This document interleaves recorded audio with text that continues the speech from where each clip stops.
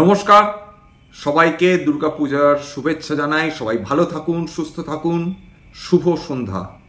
আজকের 29শে সেপ্টেম্বর মহাসপ্তমীর দিন। মার্কেট প্রাথমিকভাবে অত্যন্ত শক্তিশালী হয়ে শুরু করলেও কিন্তু যত দিন গেছে মার্কেটে কিন্তু দুর্বলতা লক্ষ্য করা গেছে এবং বিগত 6 দিনের মতন পরপর 7 দিন আজকের নিয়ে নিফটি এবং সেন্সেক্স দুটোই পতন দেখল। সার্বিকভাবে বিভিন্ন সেক্টর কোনোগুলোই মারাত্মক শক্তি দেখাতে পারেনি। ফার্মা কিছুটা ব্যতিক্রম ছিল, কারণ ডোনাল্ড ট্রাম্প বা তার অ্যাডমিনিস্ট্রেশন তারা জানিয়েছে যে দেশগুলো বা যে মহাদেশের সঙ্গে অলরেডি আমেরিকার চুক্তি রয়েছে ওষুধ সংক্রান্ত, সেইগুলো বর্তমান যে ট্যাক্স তারা ডিক্লেয়ার করেছেন, অর্থাৎ ফার্মা কোম্পানিজগুলোর ব্র্যান্ডেড এবং পেটেন্টেড ট্যাক্সের, সেখানে সেগুলো ছাড় পাবে।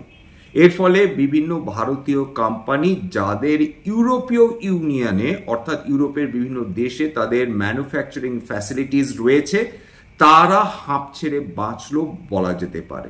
এর মধ্যে খুব স্বাভাবিকভাবে সানফার্মা রয়েছে, বিশেষভাবে উপকৃত হবে ওখার, যাদের 70% বেশি কিন্তু ইন্টারন্যাশনাল বিজনেস, অর্থাৎ তাদের অধিকাংশ রেভিনিউ কিন্তু আসে বিদেশ থেকে।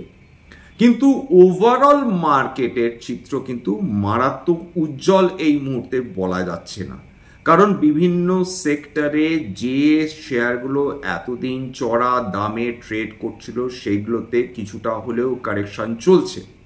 এক দিন বিভিন্ন সেক্টরে কারেকশন চলছে, এটা বলা যেতে পারে।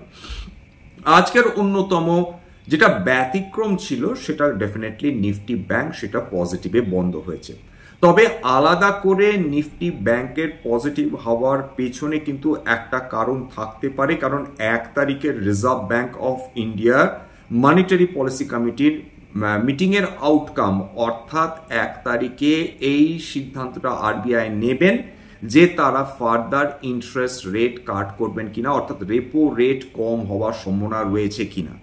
বহু মানুষের প্রত্যাশা রয়েছে যে CPI inflation, consumer price index inflation, এবং হোলসেল প্রাইস ইন্ডেক্স ইনফ্লেশন বা ডাব্লিউপিআই, এই দুটোই যেহেতু আয়ত্তের মধ্যে রয়েছে, যেগুলো মাত্রাতিরিক্ত বৃদ্ধি পায়নি এবং আরবিআই কমফর্ট জোন 4%-এর অনেক নিচে রয়েছে, সেক্ষেত্রে রিজার্ভ ব্যাংক অফ ইন্ডিয়ার কাছে এই ক্ষমতা রয়েছে যে তারা রেপো রেট কাট করে তারা আরেকটু ভারতের অর্থনীতিকে গতি দিতে পারেন। বিশেষত যেখানে আমেরিকা ট্যারিফের পর ট্যারিফ বসিয়ে ভারতবর্ষের বিভিন্ন ব্যবসাগুলোকে নষ্ট করতে চাইছে, এক্সপোর্টকে নষ্ট করতে চাইছে, সেই জায়গাটায় দাঁড়িয়ে বর্তমানে ইন্টারনাল মার্কেট যদি কনজামশনের দিকে যায় বা কনজামশনমুখী হয়, অর্থাৎ সাধারণ মানুষজন যদি বেশি খরচাপাতি করেন, সেক্ষেত্রে ইন্টারনাল মার্কেটে যে কোম্পানিজগুলো রয়েছে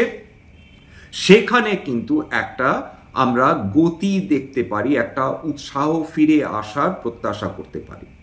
অক্টোবর আরো গুরুত্বপূর্ণ হয়ে ওঠে এই কারণে, কারণ আর মাত্র 2 দিন আছে হাতে, বা একটা দিন আছে বলা যেতে পারে, তারপর অক্টোবর পড়ে যাচ্ছে। কিন্তু অক্টোবর প্রথম সপ্তাহ থেকে যেটা শুরু হয়ে যাবে, বিভিন্ন কোম্পানির তাদের ত্রৈমাসিক রেজাল্টস আসতে শুরু করবে।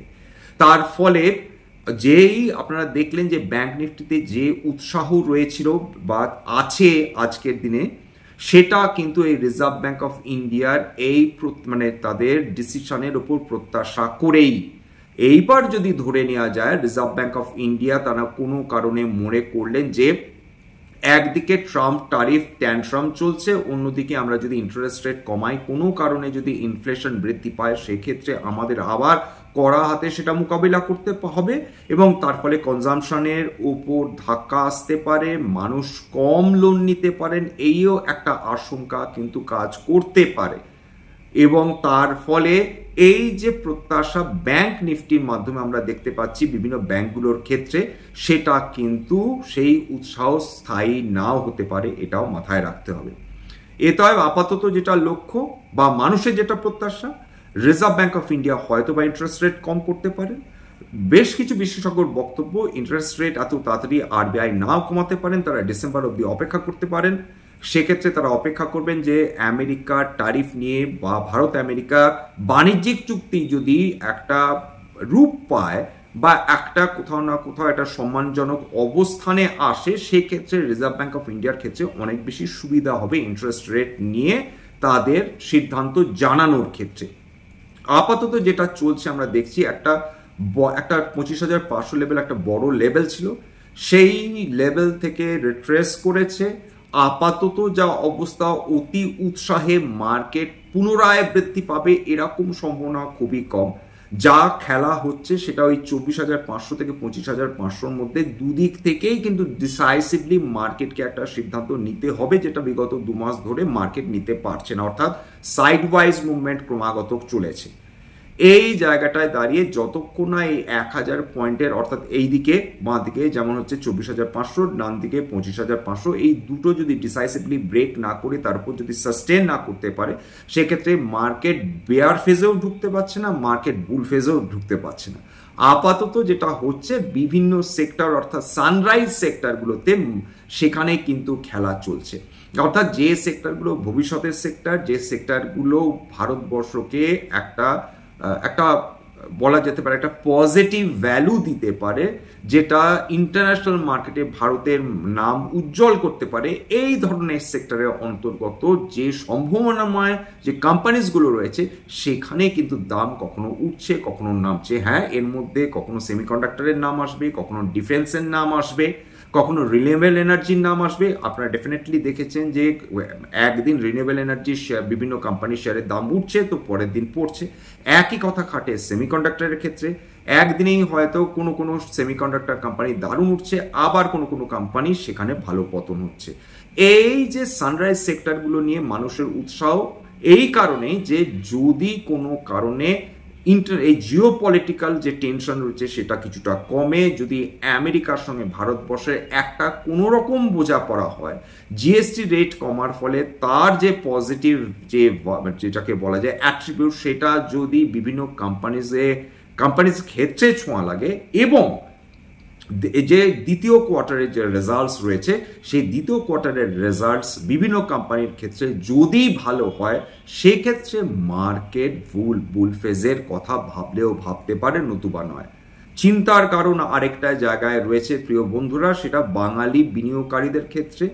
সেটা সোনার দাম আজকের 1,19,000-এর কাছাকাছি পৌঁছে গেছে।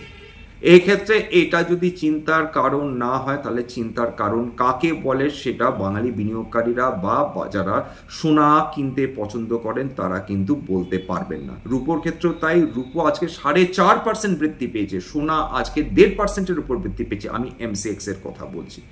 আর কত বৃদ্ধি পেতে পারে, আর কত উঠতে পারে? যতদিন ফেডারেল ব্যাংক অর্থাৎ আমেরিকার কেন্দ্রীয় ব্যাংক তারা ইন্টারেস্ট রেট কমাতে থাকবে, তত কিন্তু বিভিন্ন কমোডিটিস তাদের দাম ক্রমাগত বৃদ্ধি পেতে থাকবে, এটা কিন্তু মাথায় রাখবেন।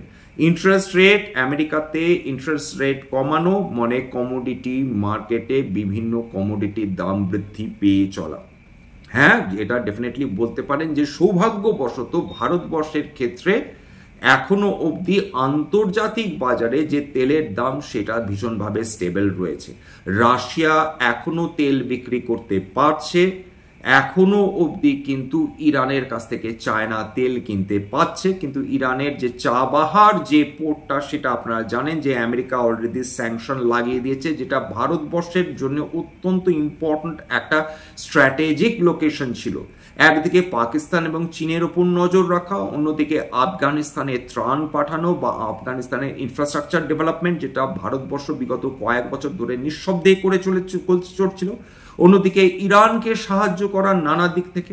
মনে রাখবেন যে পাকিস্তান আমাদের প্রতিবেশী দেশও, আমাদের চরমতম যেরকম শত্রু, ঠিক একইভাবে আফগানিস্তান এবং ইরান এই দুটি কিন্তু ভারতবর্ষকে এবং ভারতবর্ষ ডেফিনেটলি এই দুটি দেশকে পারস্পরিকভাবে সহযোগিতা করে আসছে, সাহায্য করে আসছে। শুধু তাই না, চাবাহার পোর্টের ক্ষেত্রে মিডল ইস্টের সঙ্গে সম্পর্কটা, মানে এর মাধ্যমে মিডল ইস্টের যে বিভিন্ন দেশগুলো রয়েছে সেখানকার বিভিন্ন দেশের সঙ্গে কিন্তু ব্যবসা করাটা ভারতবর্ষের পক্ষে অনেক বেশি সহজতর হয়ে উঠত। আমেরিকা সেটা আপাতত যে করতে দেবে না সেটা নিশ্চিন্ত হওয়া যাচ্ছে। হাওয়ার্ড লুটনিক বলে যে ভদ্রলোক রয়েছেন, আমেরিকার অন্যতম উপদেষ্টা, ডোনাল্ড ট্রাম্পের অন্যতম প্রিয় পাত্র, তিনি কিন্তু ক্রমাগত হুমকি দিয়ে চলেছে, এবং তার মধ্যে মানে নবতম হুমকি হচ্ছে ভারতবর্ষ এবং ব্রাজিল এই দুটি দেশকে টাইট দিতে হবে, এটা হচ্ছে তার বক্তব্য। সুতরাং আপাতত আমাদের সামনে অনেক চ্যালেঞ্জেস রয়েছে। ভারতবর্ষের মনে রাখবেন যে এই প্রথমবার যে আমেরিকা ভারতবর্ষের উপর স্যাংশন করেছে তা নয়, এর আগে ভারতবর্ষ যখন হাইড্রোজেন বোম তৈরি করে 90-এর দশকে, তখনও কিন্তু আমেরিকা সহ বিভিন্ন দেশ ভারতবর্ষের উপর প্রচুর স্যাংশন বসিয়ে দিয়েছিল। ভারতবর্ষের সমস্যা হয়েছিল, ভারতবর্ষ কিন্তু সেখান থেকে ইভলভ করেছে, ইমার্জ করেছে, আরও শক্তিশালী হয়ে উঠছে। বন্ধুগণ, আমাদের বিশ্বাস যে যত দিন যাবে ভারতবর্ষ যত শক্তিশালী হয়ে উঠবে তত কিন্তু বিভিন্ন দেশ ভারতবর্ষের বিরুদ্ধে যাবে, এটাই নিয়ম। কোনো দেশ যদি ক্রমাগত শক্তিশালী হয়ে ওঠে তখন বহু দেশ তার বিরুদ্ধে চলে যায়। তারা বিভিন্নভাবে তারা কিন্তু একটা দেশের বিরুদ্ধে যায় যাতে সেই দেশটি উঠতে না পারে। বর্তমানে টার্কি গলা মিলিয়েছে পাকিস্তানের সঙ্গে, আপনারা জানেন, এই বলে যে কাশ্মীরকে নিয়ে আলোচনা অবশ্যই করা উচিত, ইউনাইটেড নেশনসের ইন্টারভেন অবশ্যই করা উচিত। এরকম বিভিন্ন দেশ রয়েছে যে বিভিন্ন দেশ ভারতবর্ষের শত্রুতা করবে, ভারতবর্ষের নিজস্ব কিছু বন্ধু থাকবে, কিন্তু এই বন্ধুর সংখ্যা খুব স্বাভাবিকভাবেই কম হবে, কারণ একটা দেশ বা একজন ব্যক্তি বা একজন মানুষ যাই বলুন না কেন বা ইভেন ইনস্টিটিউশন যত উপরে ওঠে তত কিন্তু তার বন্ধুর সংখ্যা কমতে থাকে, তার শত্রুর সংখ্যা কিন্তু বৃদ্ধি হতে থাকে। ভারতবর্ষকে এই মুহূর্তে তার যে ব্যবসার যে স্ট্র্যাটেজি রয়েছে সেটাকে রিথিঙ্ক করতে হবে, সাপ্লাই যে চেইন রয়েছে সেটাকে বদলাতে হবে, ইউরোপীয় ইউনিয়নের সঙ্গে সখ্যতা গড়ে তুলতে হবে, মধ্যপ্রাচ্য দেশগুলোর সঙ্গে সখ্যতা গড়ে তুলতে হবে, আফ্রিকান দেশগুলোর সঙ্গে এবং ল্যাটিন আমেরিকান দেশগুলোর সঙ্গে তাদের সঙ্গে কিন্তু ব্যবসা দিনের পর দিন বৃদ্ধি করতে হবে। সৌভাগ্যবশত ব্রাজিল আমাদের পক্ষে রয়েছে বর্তমানে, এবং ল্যাটিন আমেরিকার যে দেশগুলো রয়েছে যেগুলো আমেরিকার দ্বারা নিপারিত নির্যাতিত, তাদের সঙ্গে ভারতবর্ষে খুব স্বাভাবিকভাবে ব্যবসায়িক সম্পর্ক ভালো করতে হবে। অর্থাৎ আমেরিকা একমাত্র মার্কেট ডেফিনেটলি ভারতবর্ষের জন্য নয়।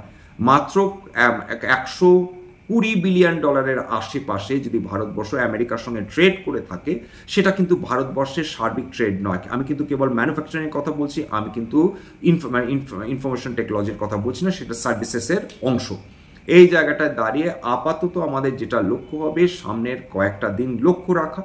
মার্কেট এই মুহূর্তে দম নিচ্ছে বলা যেতে পারে, মার্কেট এই মুহূর্তে কিছু প্রত্যাশা নিয়ে বসে আছে বলা যেতে পারে। মার্কেট মারাত্মক আতঙ্কিত এমনটি নয়, কিন্তু মার্কেট নতুন কোনো উৎসাহ পাচ্ছে না, নতুন কোনো স্পার পাচ্ছে না, যার ফলে তারা উপরে উঠে ট্রেড করতে পারে। সোনার উপর দিকে নজর রাখুন, চিন্তার তো ক্রমাগত বৃদ্ধি পাইয়েই চলেছে।